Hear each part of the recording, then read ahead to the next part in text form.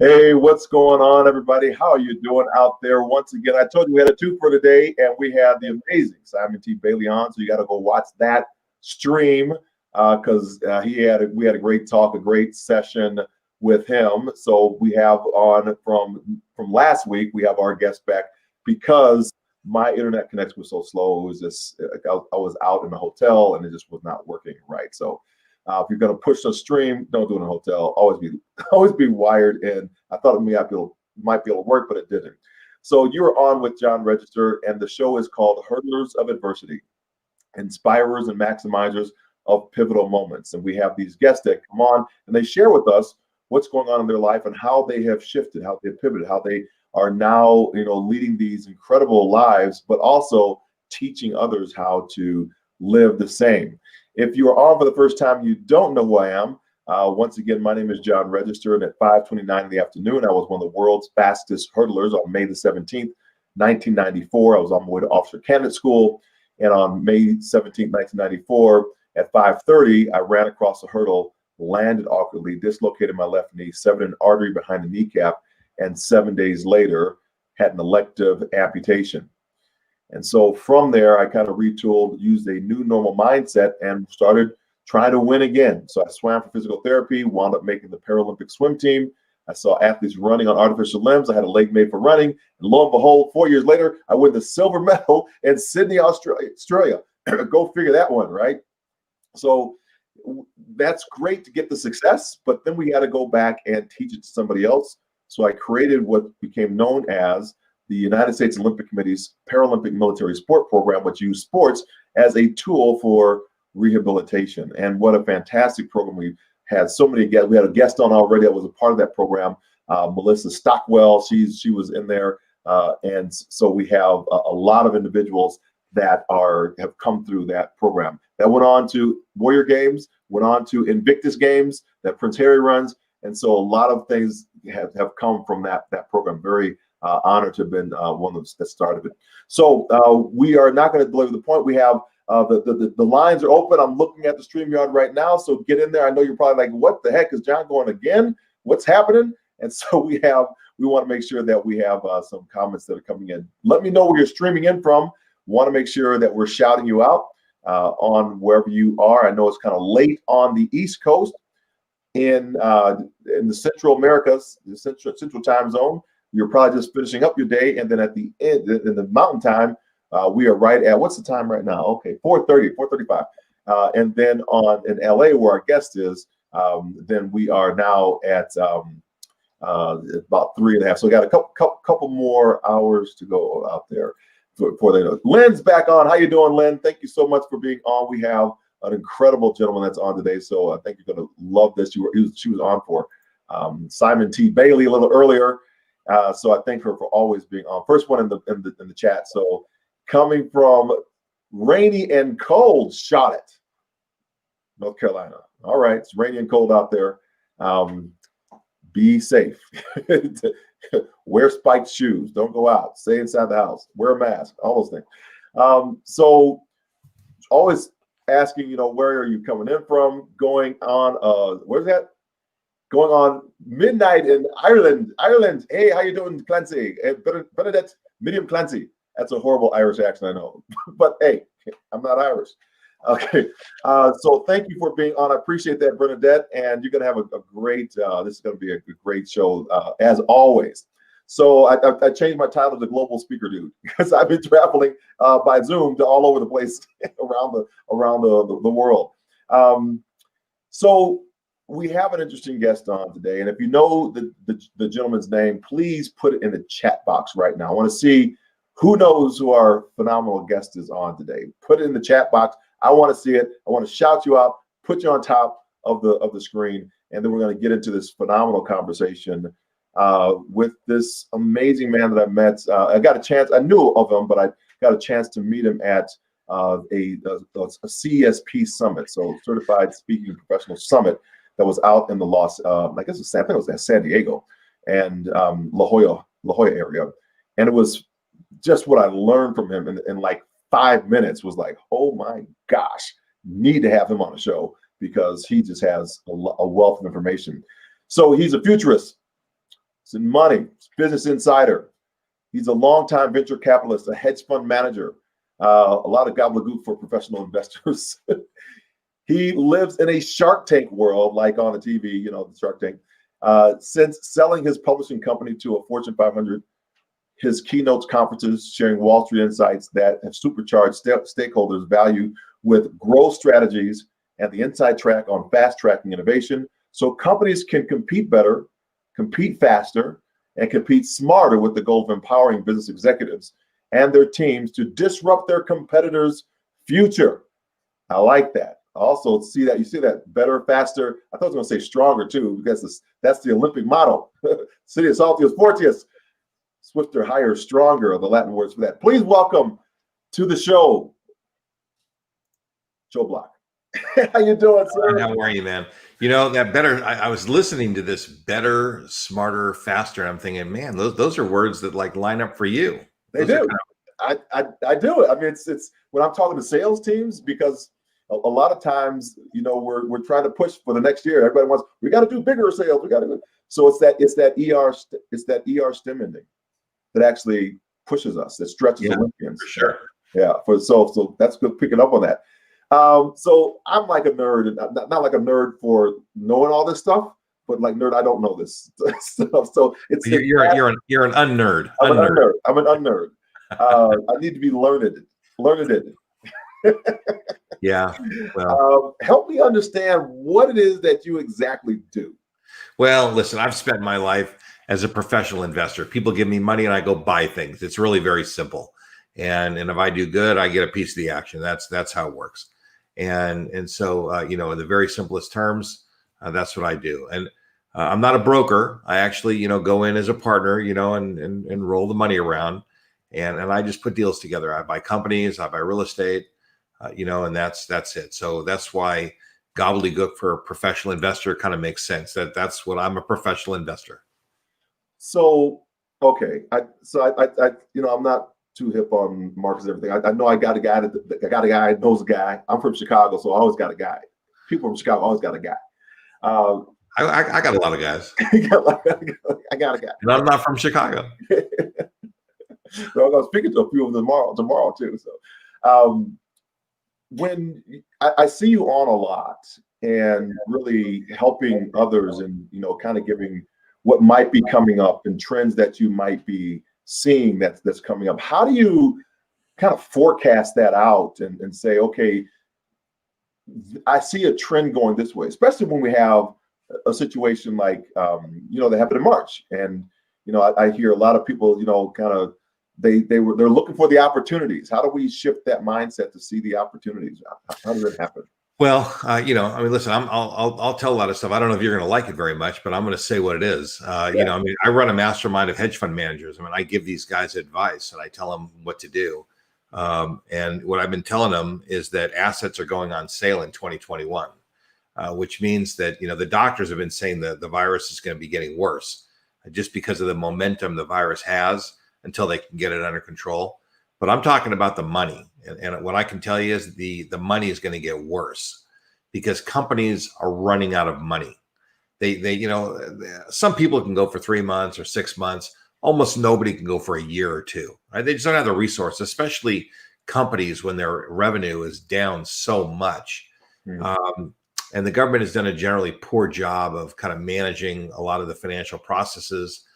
Congress is fighting so much that they're not taking care of little people. But that all aside, there's going to be this giant ownership shuffle coming up in corporate America.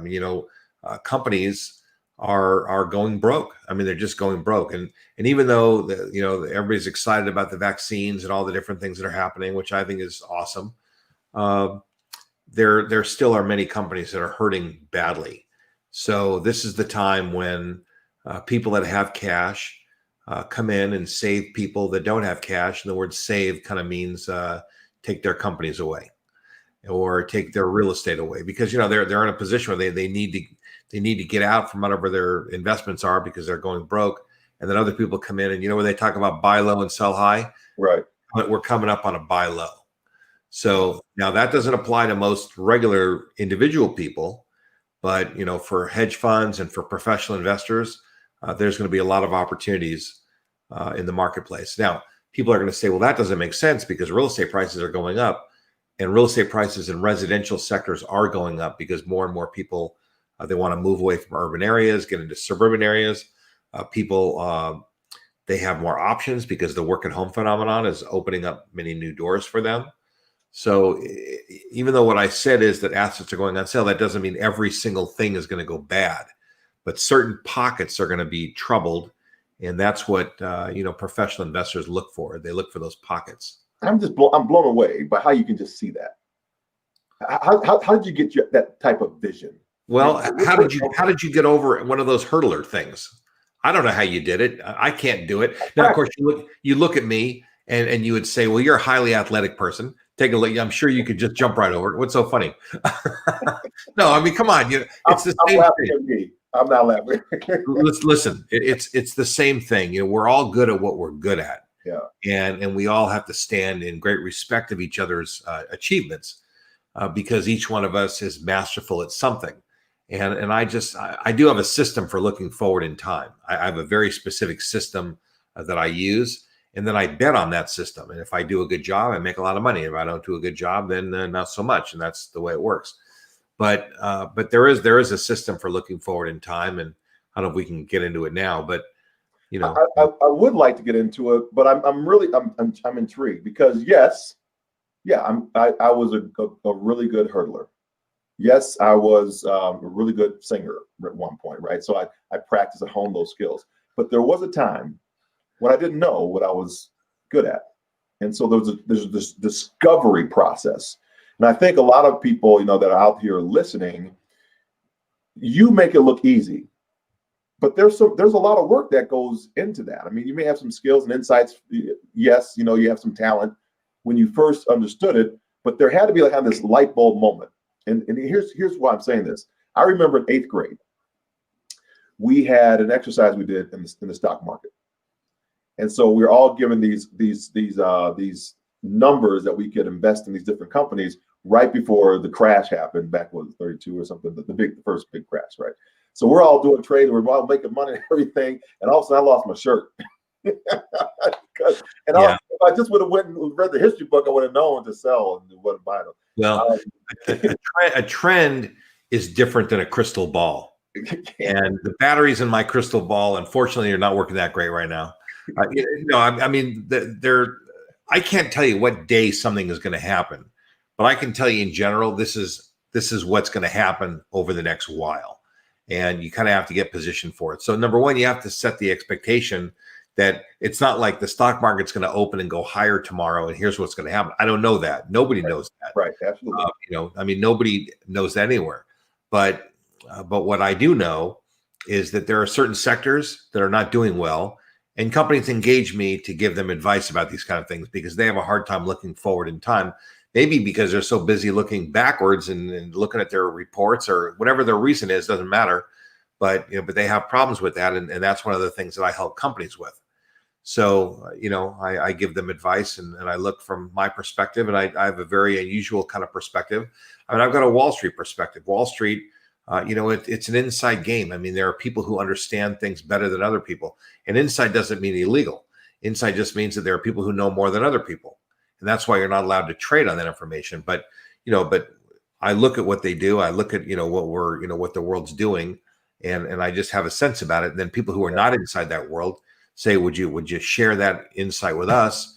And that's what I do. That's kind of, in my speaking business, that's what I talk about. I talk about what the future looks like and what kind of trends are on the horizon.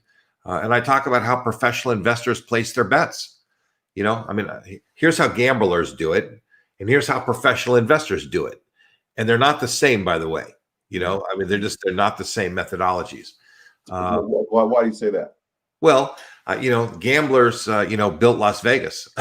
But they don't own Las Vegas. Okay, but they don't own the buildings. Those hotels were not built by winners. You know what I'm saying? I mean that's the truth. But the truth is that guys that buy assets ultimately do make good money after a while. So, but it's not always instant. And that's just how it works.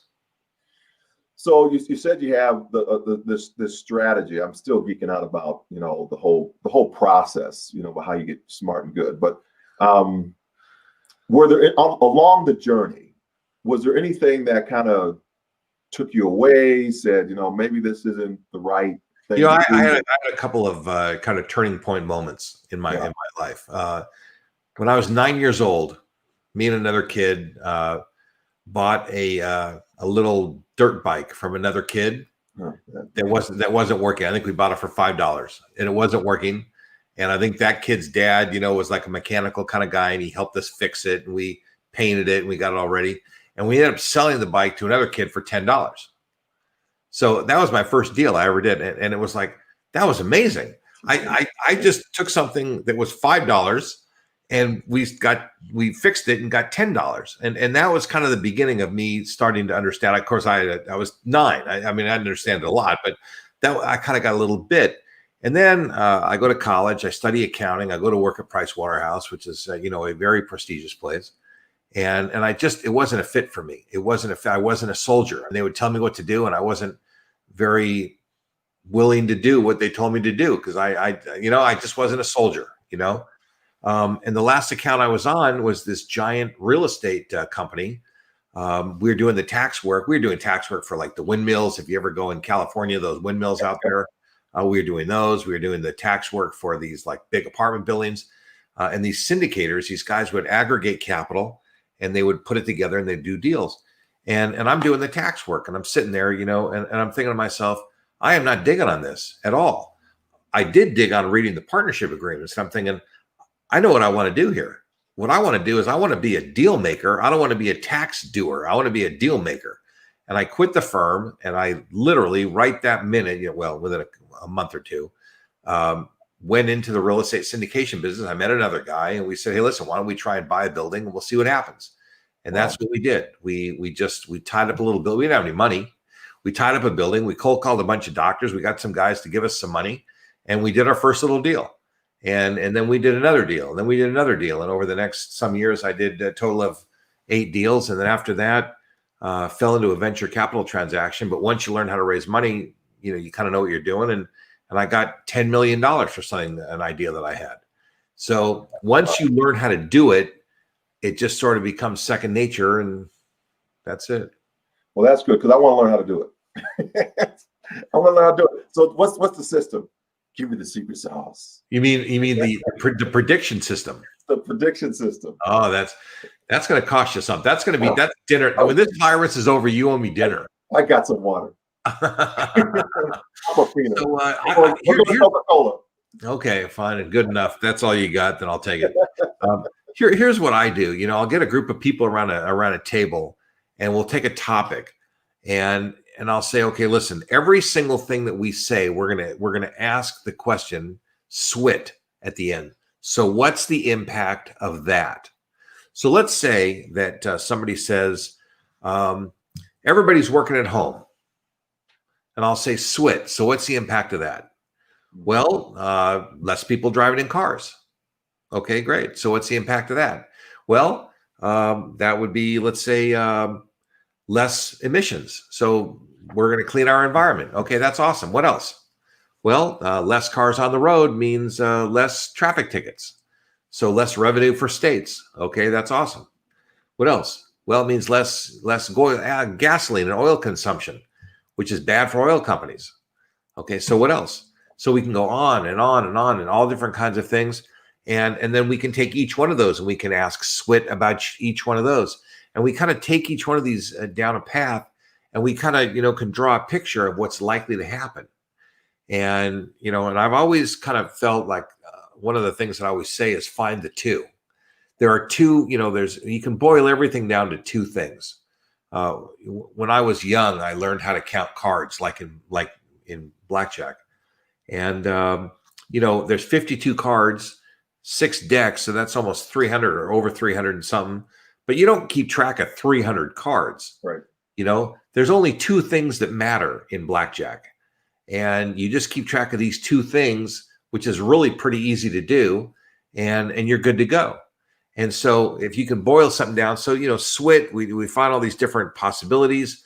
And then once the possibilities are on the table, then we can draw a picture of them, and we can kind of look about what the future looks like, and we can kind of see, what the world's going to look like as a result of something as simple as work from home. Work from home, that kind of leads me to understand what the commercial real estate prices are going to be in the future, because I can think about what real estate utilization is going to be in the future. If only half as many people go downtown because they're working 2 days a week instead of 5 days a week, then companies are going to start giving up their real estate. And in New York City, that has a big impact on the subway, on their taxes, on the hot dog vendors, on everything. And so, you just kind of got to be methodical, and companies need someone like me because they can't do this by themselves. They kind of have to be guided through the process, or else they kind of spin off into no man's land, and that's it. So it's a great question to ask, and kind of going down that. I'm recalling, I'm trying to think what she said. And so Crystal Washington, another phenomenal speaker, was saying something very similar to that. I'm trying to remember, but it's not coming to me at this point. When you are doing that, you're getting all these, this brain power in the room. Is that like a strategy within inside of itself that you might tell other individuals while you're speaking, to make sure you got a group that's around you that can help you see things? Or I would not say that they have to be the highest level, smartest, most accomplished people. I think that you want to take a cross section of all kind of people. I think that secretaries and janitors have as much insight about what's going to happen with less cars on the road as senior executives. Now, they may not draw the same conclusions that I might. They may kind of take it in a little different direction. But who's to say that the direction they take it in isn't the exact direction that comes up with the candy? I mean, they may come up with the idea that's perfect. So it's not the kind of thing that you want to really take an exclusive view. You kind of want to get a good cross section of different people that have all different kinds of experiences, because that will turn out better. So we're talking with Joel Block. Just an incredible conversation right now. I'm really enthralled because this is not my lane of expertise, and so I'm learning. I love learning from just minds that have just studied in this area. If you're enjoying this conversation like I am enjoying the conversation, put his name in the chat box and put Joel Block there. Make sure you're shouting him out, give him some love, and put SWIT in there too. Because I thought it was going to go scientific wild blank guess, but no, I guess it's something else. That's a swag, man. That's different. So it's not a swag, but it's a SWIT. Mine's a SWIT. Yeah, I love it. There's a. Do you recall? I'm on this kick, right? It's all about these redefining moments that we've had. So you gave us kind of two moments that you had with selling the little motorcycle. It was a go-kart motorcycle, for a little. It was a teeny weeny little dirt bike thing. It was a very little thing. Yeah. So the dirt bike, and then you did a much larger one, the PNW, right? So it's an engaging conversation. Okay, so Lynn says, great engaging conversation, Joel. Thank you. And so Lynn is, she's phenomenal. So she's over at Diebold Nixdorf company. So just incredible. To me, it's incredible. I'm on this kick of these redefining moments and when things kind of happen and shift for people. And one of the things I've been asking clients is, what do you anticipate getting back that is now holding you back to your new normal mindset, or to this breakthrough? I frame it as a new normal. It's not as a destination, but the new normal is actually a plateau by which we grow. So it's always expanding. It's always doing something. Can you think of a time when you have either helped somebody kind of think differently around their redefining moment and give them kind of more hope on the other side for them to make a commitment? Or maybe when yourself, you were kind of maybe struggling with something and you needed some support to help you get over that? Listen, the nature of the work that I do, the nature of my personality is that I regularly, twist people's minds and bend it a little bit and give them ideas that are kind of out of left field. Not every one of them is a great idea, by the way, because a lot of my ideas are kind of wild ideas. But I very regularly inject ideas that are different or somehow unusual. And I'm not a creative person like a designer, like a dancer, like a graphic person. I'm not artistic, but I'm very creative in business, and I just come up with just different kinds of ideas. And it would be hard for me to give you an example because there have probably been thousands of them. Yeah. So it's hard for me to put my finger on any one.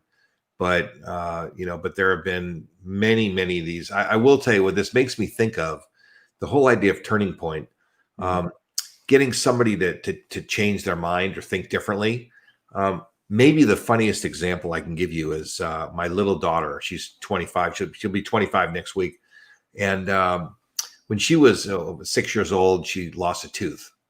But unfortunately, like a day or two before, she had fallen down and broke her arm, and she was wearing a cast. And she was so mad that she had to wear this cast. It was like the worst thing that ever happened to her.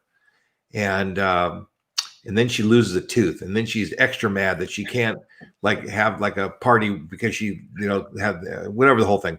Well, when the kids were little, I used to do this crazy thing with the tooth fairy, and I would say, well, okay, you lost your tooth. I'm going to call the tooth fairy on the phone right now, and I'm going to advise the tooth fairy that you lost your tooth.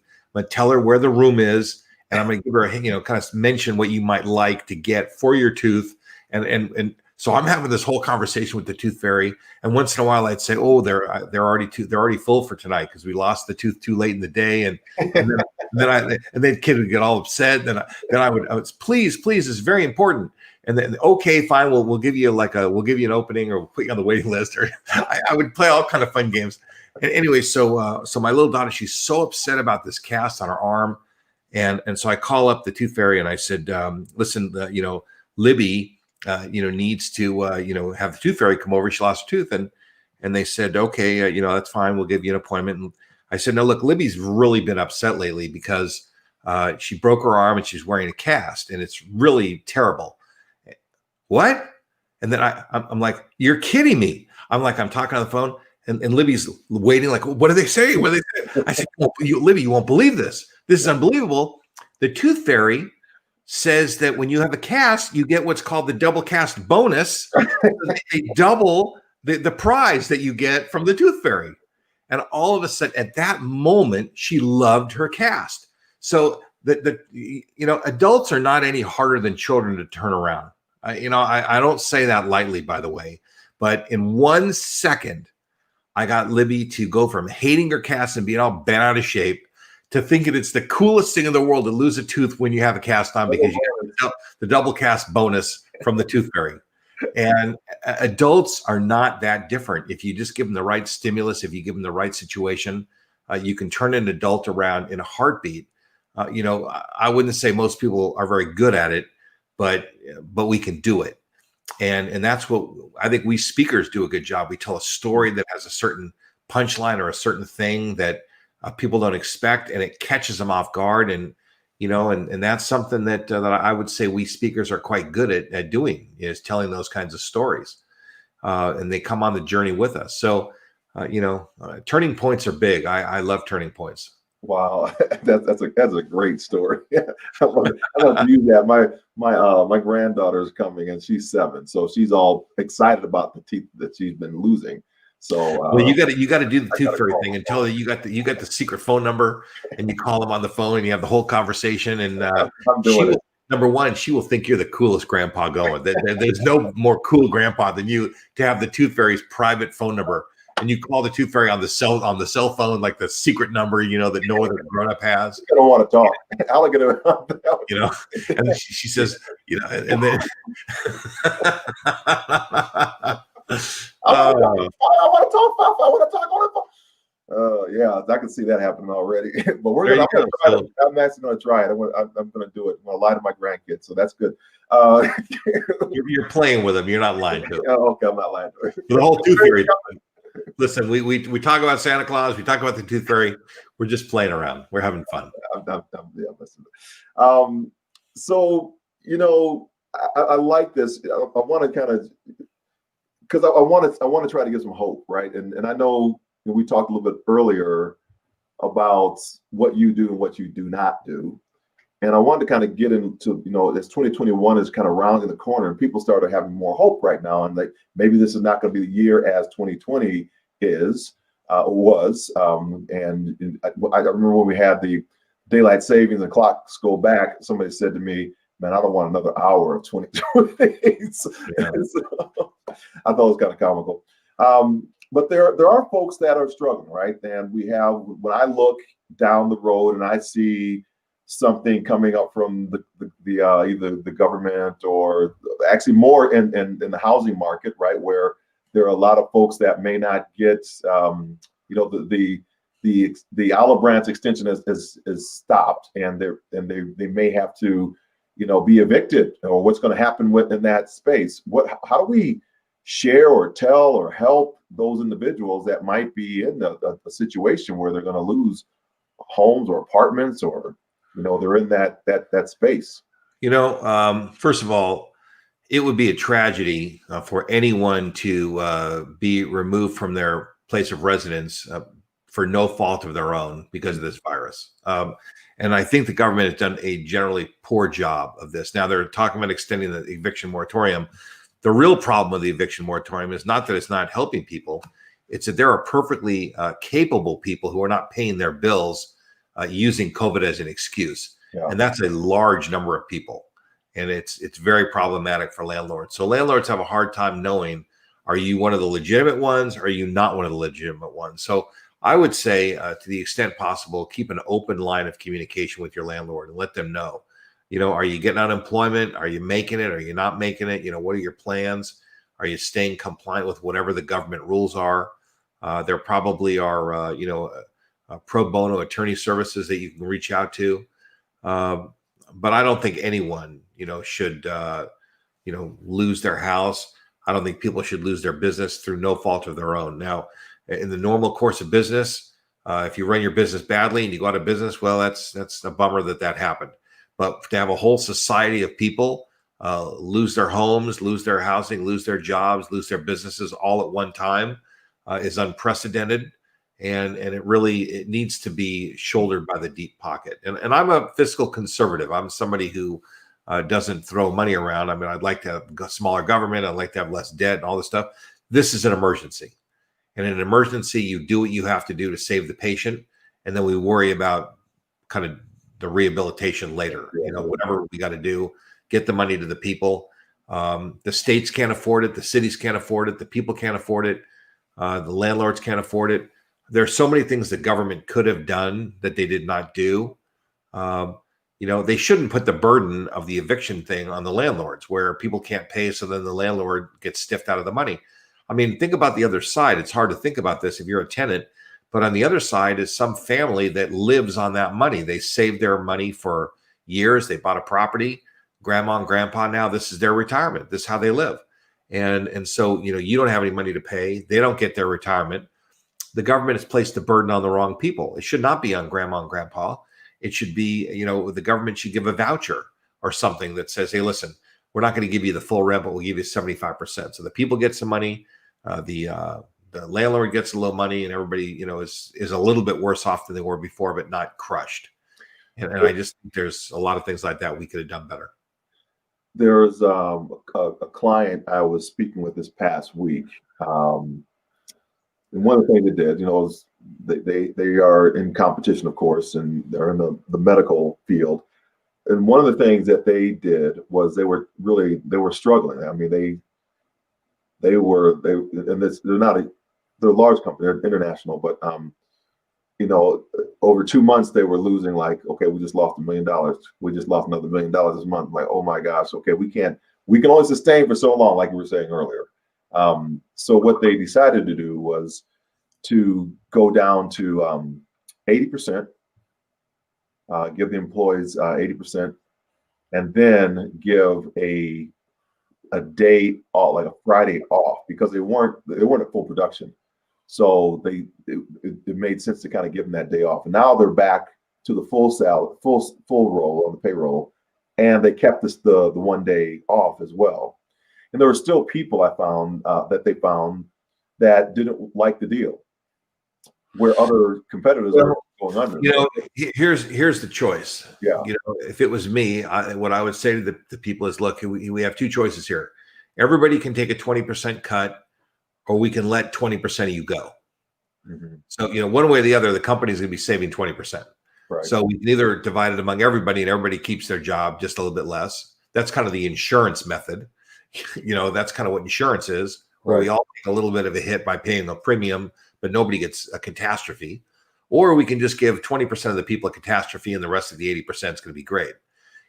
I would say in almost every case, people will almost always vote for the insurance way, where we all take a little hit, but because nobody knows which is the person who's going to take the catastrophe hit, right? So I think that when push comes to shove, we are all in this together. And that's one of the ways that you demonstrate that we're in this together. We're all going to take a 20% hit. The thing that people are struggling with is the governors. And you're in Denver. Didn't your mayor go on TV and say don't travel, and then headed straight to the airport and went to some dinner somewhere? Okay, our governor did the same thing. And this is the hypocrisy is what's making people mad. People understand people are dying and this is a tragedy situation. This is really terrible and we all got to cooperate. But when the leaders don't cooperate, these people, they need a lesson in leadership. Yeah, I 100% agree. I think that's a deeper conversation of we've been heading in this whole global environment, right? So I think it's not an American thing; it's a global thing, and I fault the. Well, let me tell you something. Those kind of function as new little police officers, where they're always policing us all the time. There's always a camera somewhere. So if you're going to do something like our governor went out to this fancy restaurant after he told everybody not to do it, and one of these supervisors in LA County votes to shut down restaurants and then rushes to a restaurant for a final meal, after she stands up and gives this whole speech about how dangerous it is for waiters and waitresses to be exposed to all of us. People are furious about this hypocrisy. They're furious about it. Yeah. They're not furious about having to pitch in, but we all have to pitch in together. We all have to cooperate together. And that's really what's unfair about this, is that it is not a free-for-all where each of us does our own thing. We're talking with Joel Block. What amazing conversation. The kind of final question for you is, as we begin to look for 2021 and the shifts that are happening, what are you thinking? I'm looking at a lot of different things. One is, are we traveling again? What's the impact of that? Or are we, like we talked a little bit about the housing. So what should we be anticipating if we kind of go down your methodology again of the SWIT analogy? Well, let me put it like this. One of the things that concerns me about the vaccine, and I'm totally pro-vaccine. I'm really in favor of all the stuff that we're doing, and I want the medical professionals to make decisions. I'm concerned the nature of people is that now we have a magic pill, and it's like a little bubble's going to be around us, and I can go do anything I want. It's going to create reckless behavior. Listen, I would like to take a magical diet pill and then eat cakes and cookies all the time, but that just doesn't work, It doesn't. In case you ever want to try one, there's no trying it. Yeah, I know, I'm trying to, but I'm very worried that the nature of people is that now they've got the vaccine and now they can go do whatever they want. We just kind of live in a world where people just do what they want. They're a little reckless. They're not as careful as they could be, and I'm concerned about that. I think we've got at least 6 or 8 more months of hard times. And I'm not talking about what the doctors are predicting. I'm talking about that we're probably going to have to be more or less sequestered for a long time. It's not going to end anytime soon. I think that we're just going to have to lay low for a while. But I think by the summer, we'll start to see some relief. And hopefully the government will provide some financial relief and people will start to feel a little better. And then businesses can start to reopen and all the things can start to get back to what the new normal is. We're not going back to the old normal. The old normal is gone. People have been exposed to new technologies and they've been trained in new ways. Yes. And you can't unlearn the new things that we've been exposed to. So Zoom is going to be a part of our life going forward. Now, it's not going to be every day. It may not be every minute, but it's going to be part of our life. It's going to be part of what we do. Work from home is going to be part of what we do. It may not be 5 days a week, maybe 2 days a week or 3 days a week. Yes. But that's going to change the way that the world works. And everything about our world is going to be different. We aren't going to need to travel quite as much. I'll give you another one of these things. So something that we thought about is we're in the meetings and event business. You and me, we travel to conferences. Companies are kind of learning, well, gee, this Zoom thing worked pretty good. Not perfect. We don't want to eliminate meetings, but we don't need to bring our low-level people to meetings. They can do a Zoom thing. So let's say meetings now are half the size. And then they say, we probably don't need to bring all of our high-level people together for 4 days. Maybe we can give them some content like a month before on a Zoom call, do 2 days together, doing bonding exercises or whatever we do, and have some keynote speakers, whatever. And then on the last, do the last day, maybe a month from now. So we do a before, during, and after kind of situation. Sure. What that means is that there probably are going to be less conferences going forward, and the conferences are going to be shorter. So who's the real loser in this? It's probably going to be the hotels, because they're not going to be selling as much food and beverage. I mean, and they've got this giant infrastructure that's been built for this whole thing. So I think that, we're going to have a lot of underutilized infrastructure in the future. We built this whole infrastructure that doesn't change very easily, and we probably don't need as much of that infrastructure as we used to.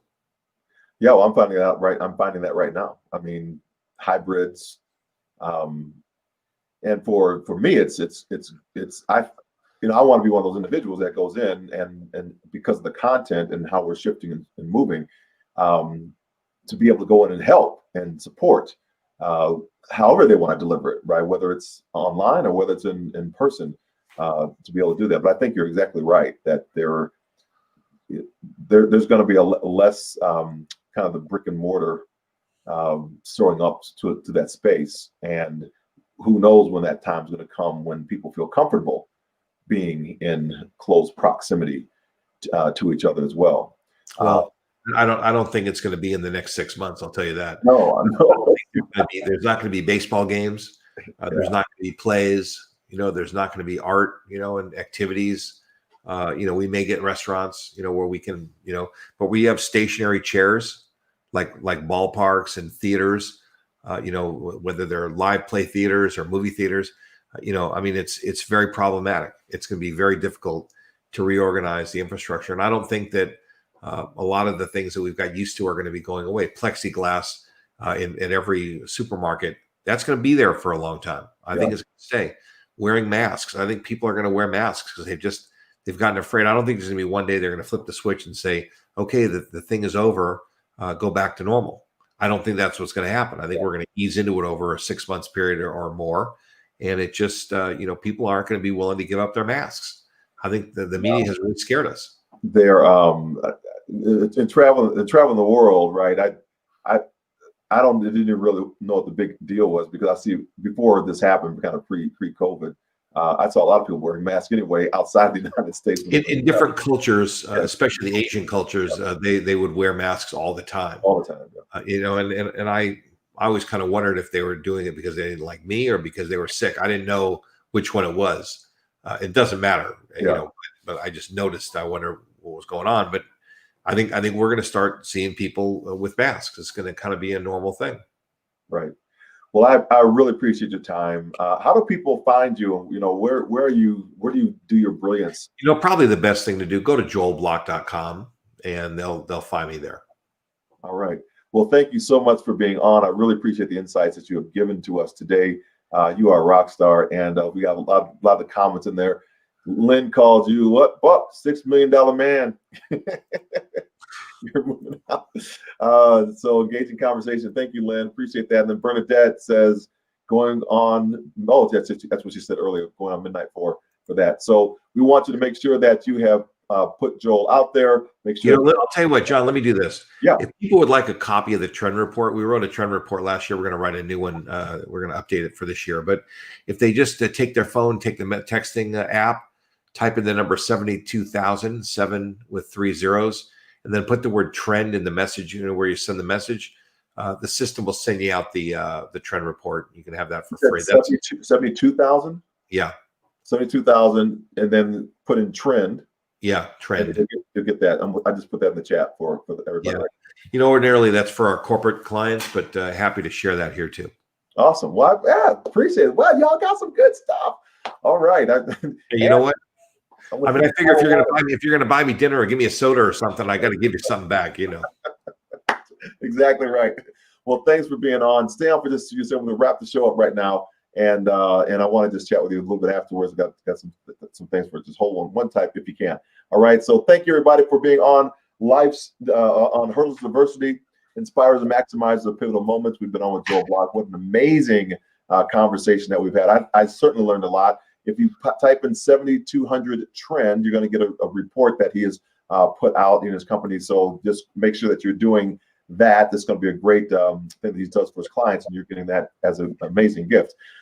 You are the inspirers. Inspirers are maximizers, right? Inspirers, we go on and are those individuals who are going to motivate. So inspiration leads on to motivation. Motivation causes actions. Actions lead us to transformational results. And these results, they re-inspire us, or they allow someone else that's watching the process to catch the vision. So what's going on?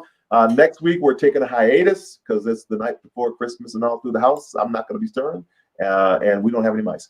So then we're also going to have the night on New Year's Eve as well. So we're not going to be moving around. I'm always used to the church, so I love that. I'm not sure if we're going to go this year. We'll probably be virtual, but usually that's my time, kind of chill and just kind of reflect on what has happened over the past year. I hope you get a chance to do that yourself and reflect on how you made it through from March all the way to the new year, and reflect on those that may not have made it in your life. And like I said, my wife, she went down pretty hard.